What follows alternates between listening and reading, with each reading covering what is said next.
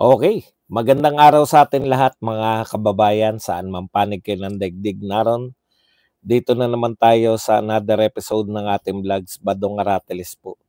Pag-uusapan natin ngayon, ito po, no, ito po kakaiba tong pagsusuri natin. Mukhang si Marcos na po, si BBM na po, ang running, no, sa pinaka-worst na president. Ito po ang isang patunay na si BBM po ang tanging presidente, no? Ang tanging presidente na natalo. Natalo po. Ibig sabihin po na natalo, mas marami po ang hindi niya kaalyado ang pumasok sa midterm election. Lahat po ng midterm election. Sinearch ko po ngayon, no? Lahat po, maliban yung huli ni Gloria. Si Gloria kasi tatlo yung midterm election eh. Yung mga bawat pangulo po na tig-iisa lang po ang midterm election, lahat po sila.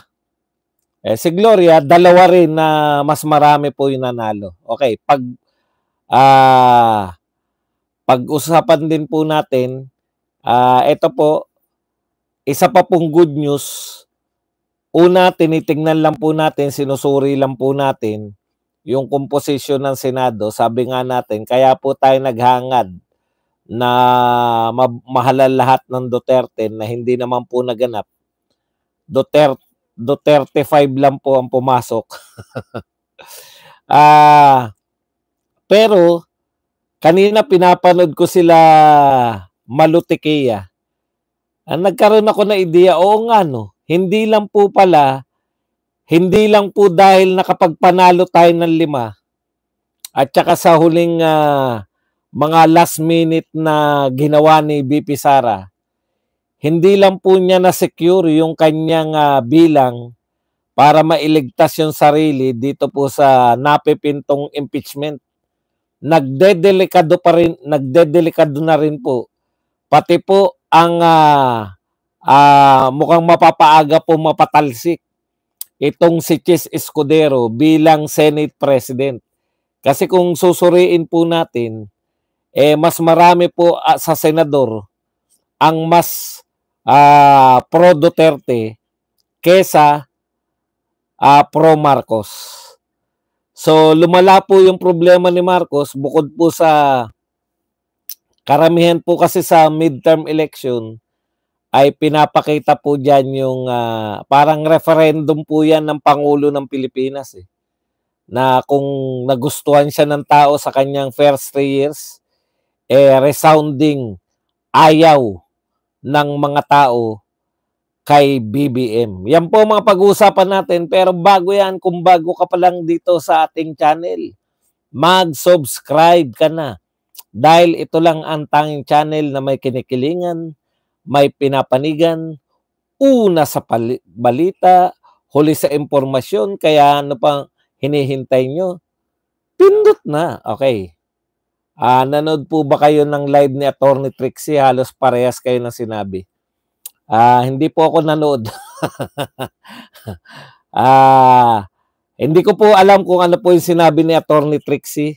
Kung pareho po kami ng analysis ni Attorney Trixie, napaka ano ko naman, no?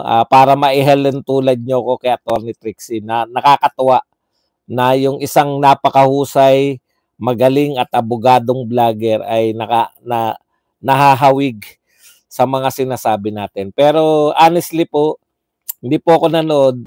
Napanood ko po, dumaan po sa akin yung kay Tequia, yung ginugroup po nila yung mga senador. Nagka-ideya ko, o nga no, hindi na lang pala at stake ngayon, no? Hindi na lang po at stake yung ang buong akala natin, ang at stake po dito o nakasalalay po dito sa botohan na to ay yung impeachment lang ni BP Sara. Hindi po pala, no? Pati po pala yung pagbabago ng Senado, pag sinuwerte-swerte po tayo, ang magiging bagong Senate President po ay baka pro Duterte pa. O kaalyado pa ng mga Duterte. Yan. Kaya maganda po, no? Yung mga Yung mga ano po natin, mga kasama natin na follower po ni Pangulong Duterte, baka po pwede po na hinay-hinay po kayo na may malawakan dayan kasi po ang overwhelming na nangunguna, no? Nangunguna sa bilang ay si Bongo po at saka si Senator Bato. Gusto niyo po bang palabasin na nandaya po si Bongo at saka si Senator Bato? No?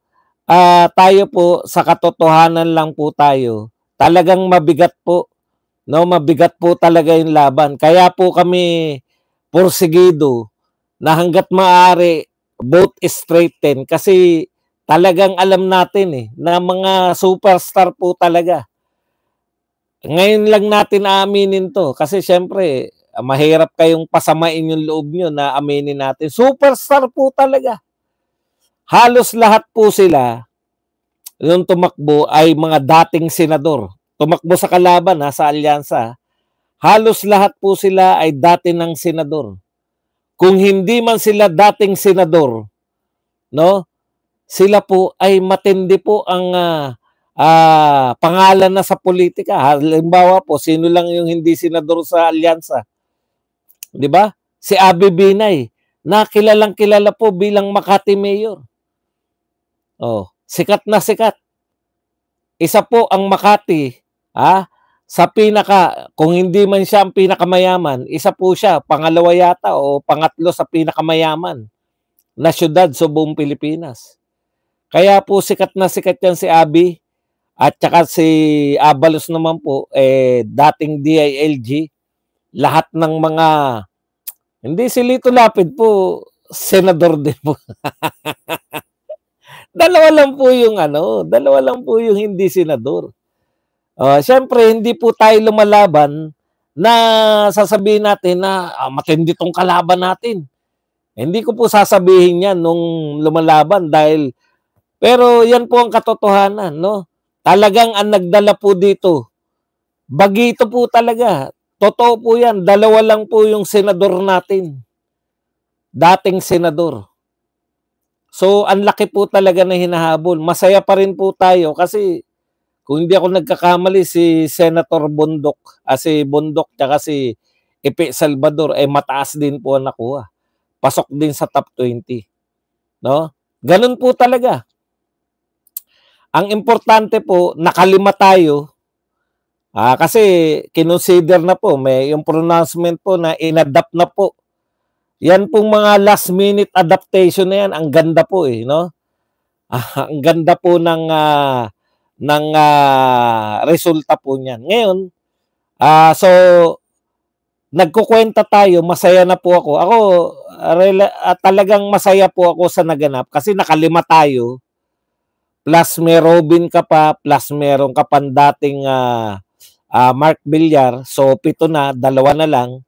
Meron ka pa magkapatid na Cayetano, meron ka pang magkapatid na Estrada na pwedeng bumaliktad, di ba?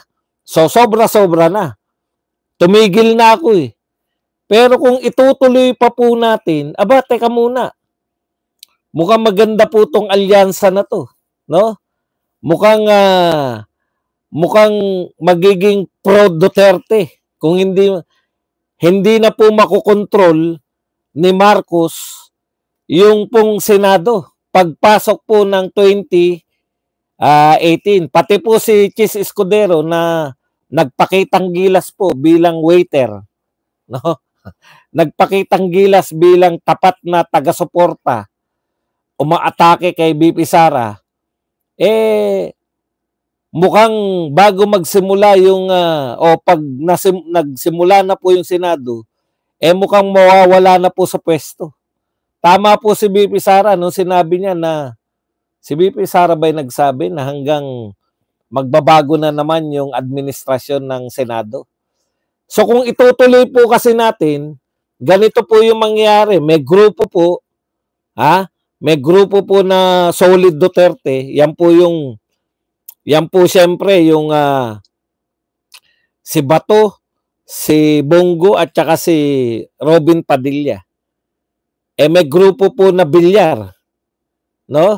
Yan po yung mga nationalista party. O pag yung bilyar po, yung grupo po ng bilyar bilang pagtanaw ng utang na loob nila, kung marunong na tumanaw ng utang na loob yung bilyar sa kay BP Sara Duterte, alam naman po natin, no, palaglag na po si Camille Villar. Kaya nga po ginawa nila ng effort na ma-endorso ni BP Sara. Yan po may pagmamalaki natin, last minute na halos, no? Na ipanalo pa po ni BP Sara. So kung ito pong mga nationalista party na binubuo po ng dalawang Cayetano, dalawang Villar, si Amy Marcos, makikipag-susuporta po, magsasanib puwersa sila ng mga pro-Duterte.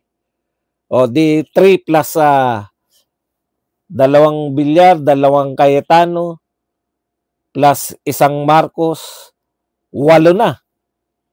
O kung pumasok po yung mga forces na nakaalay naman dito kay Mig Zubiri, tandaan po ninyo, masamang-masama po yung loob.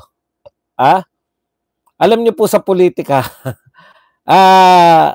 yung away na sinasabi ninyo pagdating po sa politika, alam niyo po, wala po yan sa mga politiko.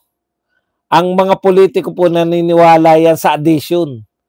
Hindi sila magiging matagumpay na politiko kung katulad natin sila mag-isip na nagtatanim tayo ng mga sama ng loob. Hindi po ganun ang mga politiko.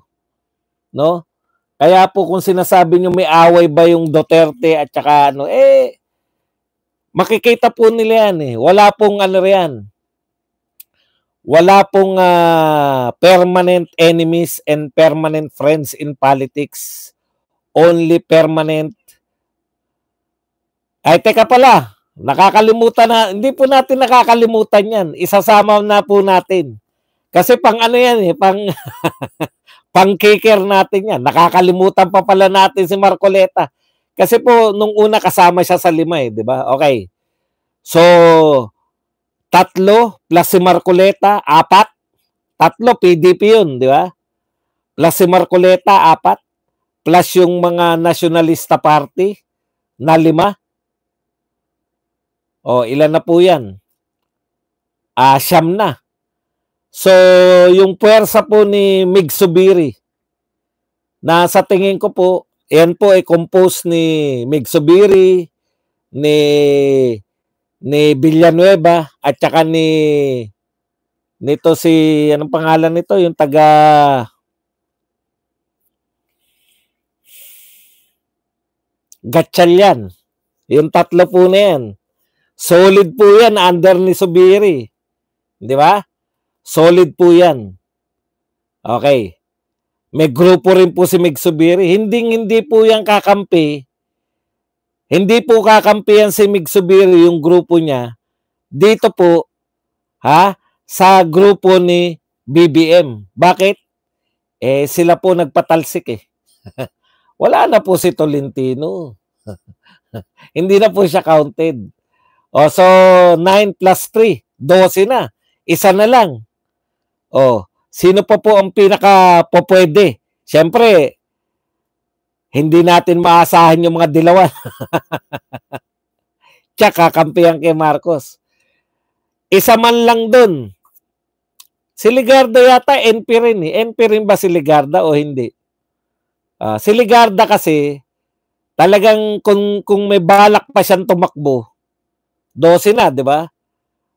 Si Loren Ligarda, meron pa magkapatid na Estrada. Yung mga anak ni Erap. Sobra pa.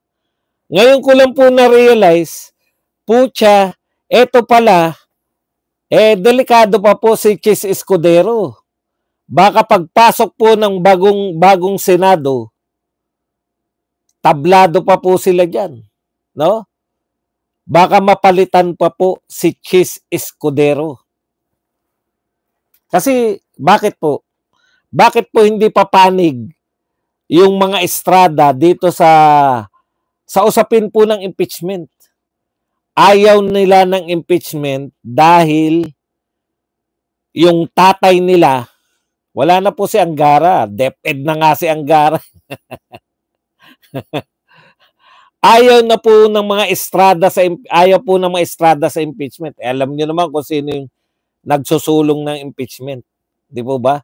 Si Tito Soto tsaka to si Lacson, hindi pa natin kinount yan. Pero malaki rin po ang posibilidad na hindi po sila pumanig dito sa kampo ni BBM. Lalo na po sa usapin ng impeachment. Siyam lang ang kailangan to acquit. Pero hindi na po yung acquitan lang eh. Nakuha na po natin yung numero eh. No? Nakuha na po natin yung numero. Bukod po sa siyam na nakuha na natin, mukhang makukuha pa rin natin, makukuha pa ng mga kaalyado, maganda lang lumaro, at isa pa po, ni Pangulong Duterte, no? So yung pro-Duterte, mukhang makukuha nila yung majority ng Senate. Isa pa, syempre, hindi po maikakaila si Bongo, number 1, di ba? Hindi po nila po pwedeng i-cancel na dito sila sa mga Tulfo kakampi. Sino po yung maiiwan kay Marcos? Si Tulfo, 2 Tulfo, no? Si Chis Escudero. Maikli lang, Chis. Maikli lang ang yung pagiging presidency. Ewan lang po natin kung gagawin po nila si Marcoleta. Kasi si Marcoleta, pwedeng-pwede.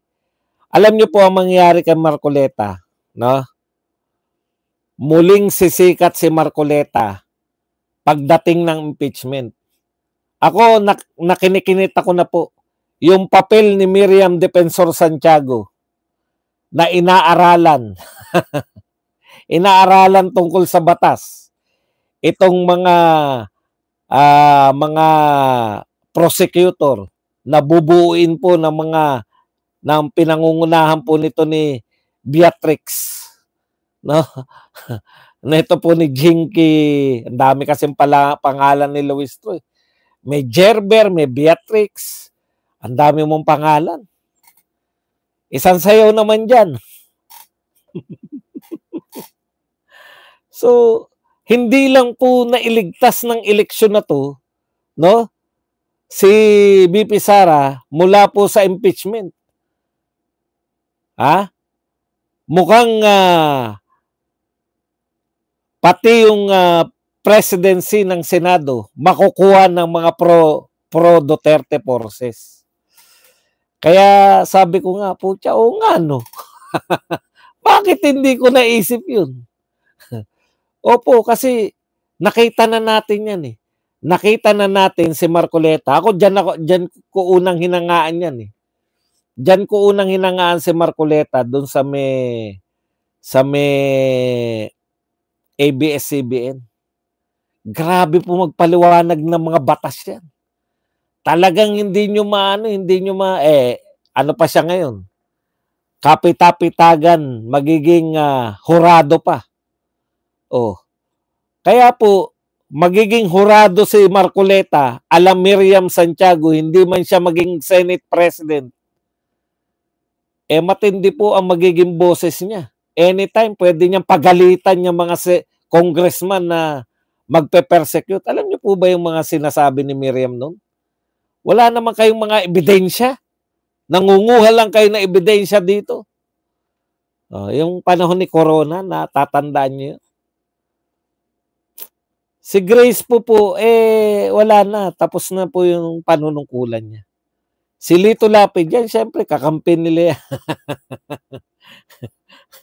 Giorgio Sandro, thank you very much sa 2 euros. Okay, punta po tayo rito. Alam nyo, totoo to i-review lang natin ng konti. Baka sabihin nyo naman, binubola ko kayo na si BBM lang po ang tanging. Ang ibig ko po sabihin natalo sa midterm, yung mas marami po yung hindi kaalyado. Kasi po ngayon, ang kaalyado po ni BBM ay 5. Ang hindi po kaalyado ni BBM ay 7. So, talo po si BBM. Siya po ang pinakamasipag. Sa lahat po na naging pangulo na kilala ko, pinakamasipag mangampanya si BBM. Ngayon, di pa po natin alam, marami rin pong PDP laban candidates sa Kongreso ang pumasok. Tapos yung pinakamalalaki po na mga syudad, Luzon, Visayas, Mindanao, may nakita ko kanina eh. Luzon, Visayas, Mindanao, secured. Di ba? O, ang mukha doon, secured para kay BP Sara. Mukha ni Isko Moreno. Mukha ni Pambariquatro. Gulat na gulat talaga ako rin sa Pambariquatro na yan. Hindi ko po akalain na matatalo po sa Cebu yung mga Garcia. Gulat na gulat po talaga ako. At saka syempre sa Mindanao, balitang-balita po sa buong mundo. Opo, buong mundo po binabalita. Kasi dramatic po, nakakulong si Tatay Digong. Nakakulong, hindi nakapangampanya, pero landslide. Mahal na mahal ng tao. Totoo po yan, Duterte effect po yung Kepam. Kasi sinisigaw nila, hindi Bariquatro eh. Duterte. Duterte. Okay. Opo, ayun ang gusto ko sa kanya. Siya mismo sumisigaw ng Duterte. Nagdidiwang sila eh. Imbis na Bariquatro, Duterte po sinisigaw nila. Ma-appreciate, tol. Ganun mag-appreciate, tol. Tol, kumusta ka na? Laglag ka, tol. Kawawa ka naman, tol. Kasi, alam mo, tol, alam mo sa totoo lang, tol. Eto baka sabihin nyo, niloloko ko kayo. Ito po na-research natin. 2001, midterm election, unang midterm ni Arroyo. Ilan po yung pumasok sa coalition ni Arroyo? 8. At ilan po yung sa kalaban? Puwersa ng masa. Ang kalaban niya po rito si Erap. 4 po napapasok ng puwersa ni Erap. 8-4. Lamang po si Gloria Arroyo. 2004, midterm election din. Kay Arroyo pa rin. Ito po, 12 seats. Ang kay Arroyo po, K4 coalition. KKK, Koalisyon ng Katapatan at Karanasan at Kinabukasan, naka-secured po ng 7 seats. Samantalang yung koalisyon na nagkakaisang Pilipino ay 5 po. So, lamang pa rin po yung si Gloria Macapagal Arroyo. Siyempre po, kay Fidel Ramos naman, the administration coalition ni Fidel Ramos, Lakas NUCD, ay nakakuha po ng 9 seats. Samantalang yung Nationalist People's Coalition ni Eduardo Cuangco ay nakakuha po ng 3. So 9-3. Panalo pa rin po si Fidel Ramos. Maski po si Pinoy, ang nakuha pong boto ni Pinoy sa 12 senador, 9 kay Pinoy at 3 lang po sa oposisyon. Okay, so lagi po, sa lahat po, malupit kay Cory. Nung panahon kasi ni Cory, nagsimula po yung eleksyon. So 24 po. 24 po yung senador na binoto natin nun. Kung natatandaan nyo, panahon ni Cory, 24 po yun. Alam nyo po kung ilan po yung nahalal pabor kay Cory? Ang nahalal kay Cory ay 22 out of 24. 2 lang po ang pumasok sa Grand Coalition. God. Yung God. Si Enrile tsaka si Erap. 2 po sila. Si Enrile tsaka si Erap lang. Lahat po kay Cory. Lalo na kay Duterte. 0 po ang PDP laban. 8 diretso. 0 talaga.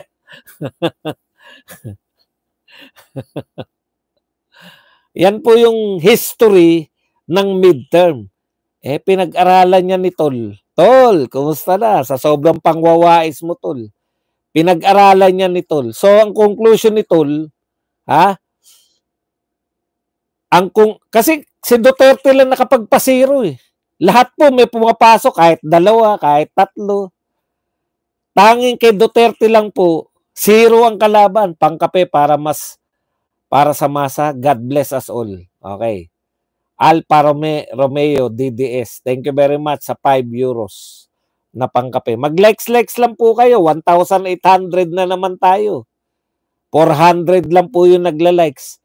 Likes lang po kayo. Kung wala po kayong pampakape, mag-likes lang po.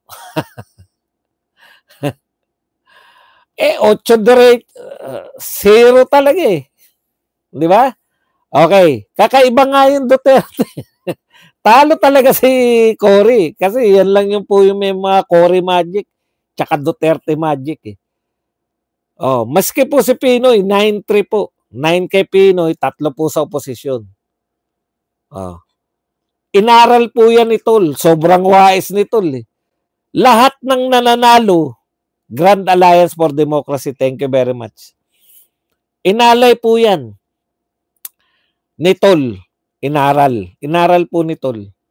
At ayon sa konklusyon ni Tol, mananalo ako pag sumama ako sa administrasyon. Nasobrahan ka sa aral, Tol. Bye-bye, Tol.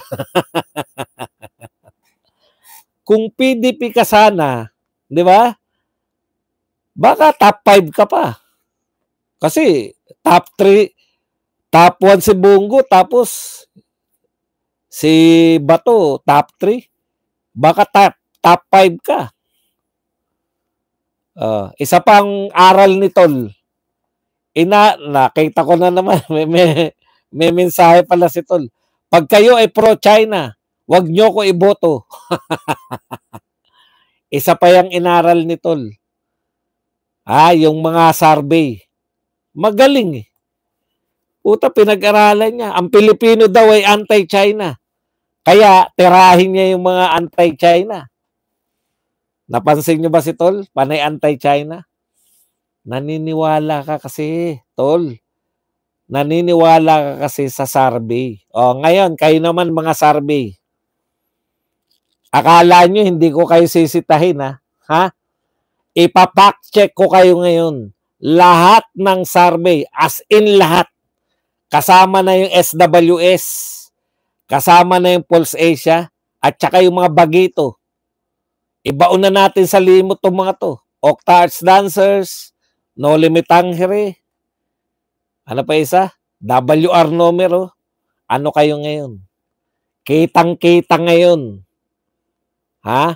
Kitang-kita ng mamamayan Pilipino kung ano ang trabaho nyo.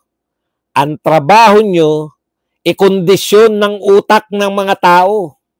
Umubra ba kayo? Hindi. Kasi may nakalimutan kayo. Ha? May nakalimutan kayo. Alam nyo kung ano nakalimutan nyo? Nakalimutan ninyo yung ginawa kay Duterte. Hindi nyo. Inignore nyo eh. Ngayon lang po may nagrally na organic. Ang tagal ko na po nakasubaybay sa rally.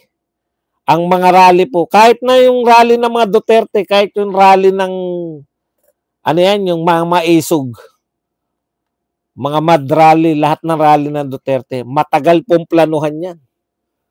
Pero nung pinakulong po si Tatay Digong, nung kinidnap po si Tatay Digong, wala na pong plano-plano. Naghahanap yung mga Duterte supporters. Saan ng rally? Hindi nyo nakita yun. Kayong mga survey company, hindi nyo nakita yun. Nagpupuntahan sa dahig. Akala nyo ba tagahig lang yung pumupunta sa kulungan ni Tatay Digong? Buong Europe yun. May nakatambay dito si Amik. UK yun. Bumabiyahe. Ilang oras. Makarating lang dun. Hindi nyo nakita yun? Mga survey company? Sanay na kayong ginagawa nyo, no? Sanay na kayo sa ginagawa nyo? Na kayo nagpapasya kung sino mananalo? Eto po. Ang masasabi ko sa lahat ng survey, utot nyo. Di na kayo uso. Lahat ng ilalabas nyong survey, Eto hamon ko sa inyo. Kung totoo yung survey nyo, magpaliwanag kayo sa tao. Bakit ang layo na resulta? Sa lahat ng survey, pasok si Abby Binay, pasok si Revilla, pasok si Kuya Will. Isa pang pasok sa lahat, si Ben Tulfo. Ben Bitag. Paano niyo ipapaliwanag? Napasok tong mga to. Abby Binay, Ramon Bongambilla, si Ben Bitag Tulfo. Meron pa pumasok si Tul. Tindi nyo. Kinakailangan namin, dinidemand namin sa mga, lagi kayong ligtas eh. Lagi kayong ligtas. Ngayon, nagde-demand kami. Kinakailangan namin ng paliwanag. Hindi po pwede na isnaban lang to. Kung pinapack-check ni Vera Pailsang kung sino-sino, lalo na po mga pro-Duterte, pack-check ng pack-check. Ako po, pinapack-check ko kayo. Saan nyo kinuha yung mga pinagsasarvey nyo? Ano ang paliwanag ninyo? Bakit hindi nyo kinukonsider na ang botohan na to ay boto para sa Duterte? Correct, Willie Rebillame eh. Kaya nga ang laki ng ulo ng Willie Rebillame eh. Akala mo ano siya eh. Akala mo yung si Willie Rebillame kung magsalita, akala mo regalo siya ng Diyos sa atin eh.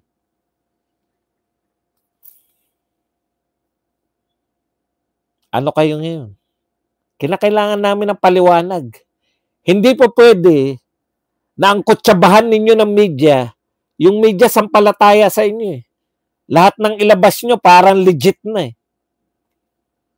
Mabuti na lang, hindi tinamad ang mga Duterte supporters. O tinamad lang mag-solid. Tinamad lang mag-solid. Kung tinutuon na, kaya ako sa totoo, yun talaga eh. Yung Tito Soto tsaka Lacson talaga eh. Isa pa. Binaliwala nyo lahat yung iglesia vote, di ba? Yung INC vote. Parang wala lang sa inyo, no? Sabi siguro na iglesia, hindi kami hindi nila in-endorse yung mga superstar. Sino yung mga superstar? Tito Soto, Lacson, Pacquiao. Ang taas mo sa presidential. Pangilan ba si Pacquiao? Pangatlo yata si Pacquiao eh. Pangatlo ba si Pacquiao? Pagkatapos ni Marcos, pang-apat ka tapos hindi ka pumasok. Hindi na nakukuha sa ano. Hindi na nakukuha yung mga tao. Isa pa pong magandang nangyari ngayon. Isa pa pong, parang shoe-in na si Pacquiao lagi, no? Sa mga survey, no? Pacquiao, Ben Tulfo, si Abby Binay.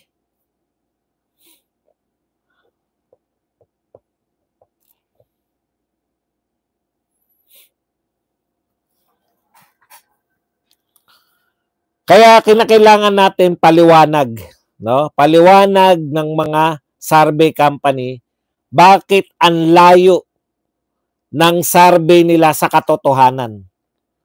Bakit pinakamalayo? Wala namang nagsabing mananalo si Bam tsaka si Kiko sa inyo. Oh. Tapos, halos ilaglag nyo si Bato.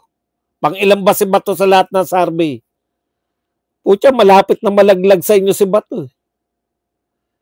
Rudy Locksmith, thank you very much. Cebu 77, 249 pesos. Kaya po, sa mga susunod, no, mas makapangyarihan pa po sa mas maniniwala pa po itong mga influencer, mga vlogger. Kasi kami kaya namin ipaliwanag yung sinasabi namin. Ngayon, resulta nyo, ipaliwanag nyo. Ipaliwanag ninyo. Hindi po kami papayag na ano uli, yung, anong tawag doon? Yung same as usual lang uli. Hindi po papayag. O si Marcoleta, 'di ba? Lagi po 'yan, puta, wala talaga sa top 12 sa lahat si Marcoleta. Hindi pumasok sa lahat ng survey si Marcoleta. Bakit pang-anim si Marcoleta? Kung hindi po kayo magpapaliwanag, mga taga-survey, ano nangyari? Isa lang po ang ibig sabihin niyan, no? Isa lang po ang ibig sabihin niyan. Talagang yung survey ninyo. Kasi isang pun ako diyan sa survey, isang pun ako lang diyan. Magsa-survey ngayon, sa isang buwan pa lalabas. Panis na. Nasa panahon na po tayo na ngayon na mabilis yung mabilis ang impormasyon. Hindi uubra ngayon, ha? Oh, yun. Malamang yan. Kaya hindi pumapasok si Marcoleta, baka hindi nyo nilalagay sa survey. Hindi po. Ang marami sa survey, si Bongo, pangalawa. Mas marami po si Bongo na pangalawa.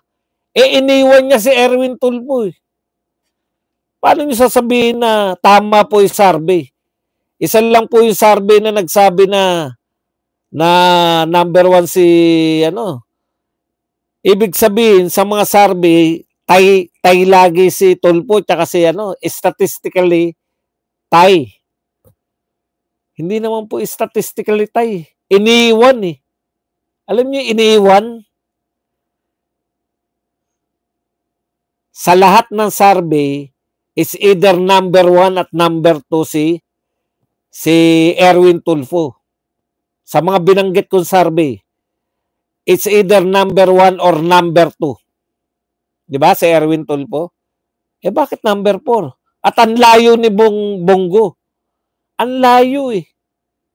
10 milyon ang lamang. Paano magiging statistically tayo yung 10 milyon ang lamang?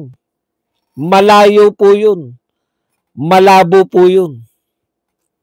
SWS nga eh. Number 1 pa si Erwin Tulfo eh. O sa iba, tay lang si Tulfo tsaka si Bongo eh. Paano magiging tayo yung lamang ng 10 milyon?